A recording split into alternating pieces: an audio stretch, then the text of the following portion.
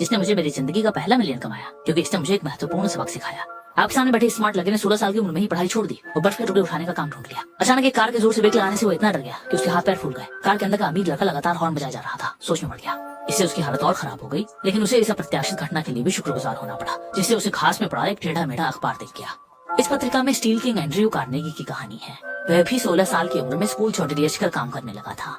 अंत में संपत्ति के लिए किशोर को उद्देश्य मिल गया और उसने दिल में ठान ली कि वह भी अमीर बनेगा। हालांकि कल्पना बहुत सुहानी है, लेकिन हकीकत एकदम बेकार है। मेरे साथी तंगे समय कर रहे थे और उन्हें पेट भरने के लिए भी संघर्ष करना पड़ा था। माँ भी गंभीर बीमारी से बिस्तर पर है।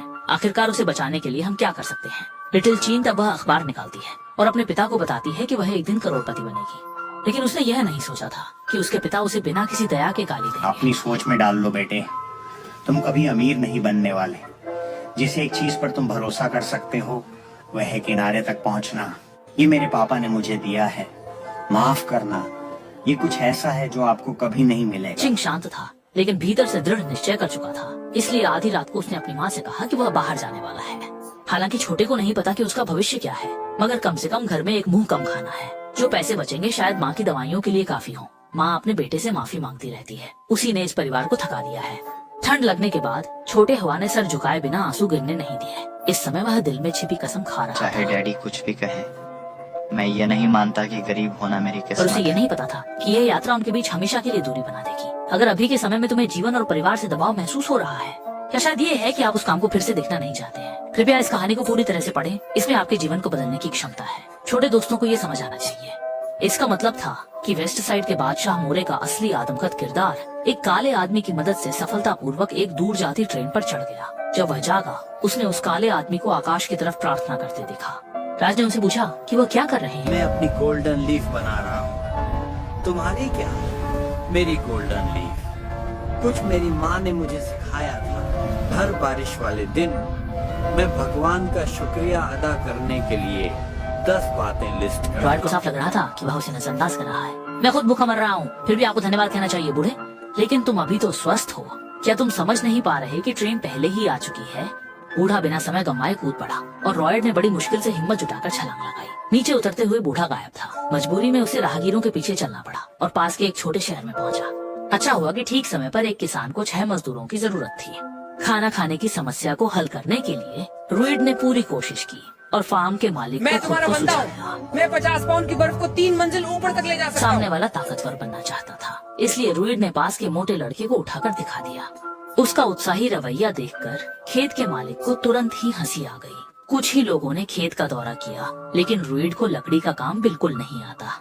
केवल एक धक्का और वह पहुंच गया। लेकिन उसकी हड्डियों में एक न हारने वाली जिद्दी थी। जब बाकी लोग आराम करते थे, वो लकड़ी के खंभे को मजबूत करने में लगा रहता था। उस छोटे लड़के ने उसकी मेहनत देखते हुए पानी का जग ला कर दिया। जल्द ही दोनों एक ही उम्र के दोस्त बन गए और गपशप करने लगे। वो मूल रूप से एक समृद्ध जमींदार के परिवार में पैदा हुआ था, लेकिन आर्थिक संकट के कारण जमीन बैंक द्वारा कब्जे में ले ली गई थी। तो उसका सबसे बड़ा सपना जर्मनी का सबसे बड़ा किसान बनना और फिर उस बैंक को खरीदना है। और रॉयड ने भी अपना सपना बताया कि वह अरबपति बनना चाहता है।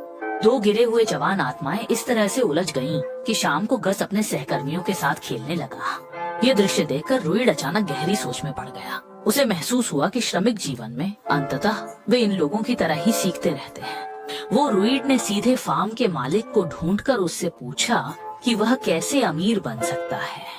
बिना लाग लपेट के रॉयड ने बैठते ही अपना राज बताया। सफलता के लिए कई गुण चाहिए, मगर सिर्फ नेता ही बड़ी कमाई कर सकते हैं। अलविदा। एक नेता का बेटा, वही आदमी का नेता, अपने लिए चीजों को सवाल बनाने। रूड अपने ख्यालों में मग्न था जब अचानक उसने कहा, अगर हम समय से पहले काम पूरा कर लें तो क्या हम कुछ पैसे बचा सकते हैं? फार्म मालिक ने अपना सिर हिलाया और फिर रूड ने जवाब दिया। फिर उसने पूछा, अगर मैंने कल लकड़ी के तख्ते को खत्म कर दिया तो क्या तुम उस बचे हुए पैसे का एक हिस्सा मुझे दे दोगे?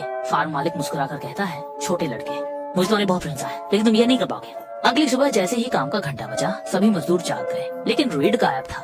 असल में रॉयड सुबह 3 बजे ही काम पर आ गया था और उन्होंने सभी काम के तरीकों को अच्छी तरह से समझ लिया। जब उसके सहकर्मी आए तो उसने सबको बताया कि चूंकि हम घंटे के हिसाब से पैसा नहीं लेते, हम जितनी जल्दी काम खत्म करेंगे उतनी जल्दी पैसा ले सकेंगे। इतना कहकर उसने सभी को काम बांटकर एक साथ जुटा दिया। 4 लोग मापते और गड्ढा खोदने, लकड़ी के खंभे रखने और लगाने का काम कर रहे थे, जिससे तेजी से उत्पादन में वृद्धि हो रही थी। खेत के मालिक ने इसे देखा और मेहनत से मुस्कुराया। सूरज ढलने से पहले उन्होंने सचमुच काम खत्म कर दिया। आखिरकार रोहित ने भी एक और 10 चाकू हासिल कर लिए, जिससे उसने अपनी चतुरता से जीवन की पहली बड़ी कमाई की। इसके बाद वो पोस्ट ऑफिस गया और वहाँ से $20 घर भेज दिए ताकि उसकी माँ दवाई खरीद सके।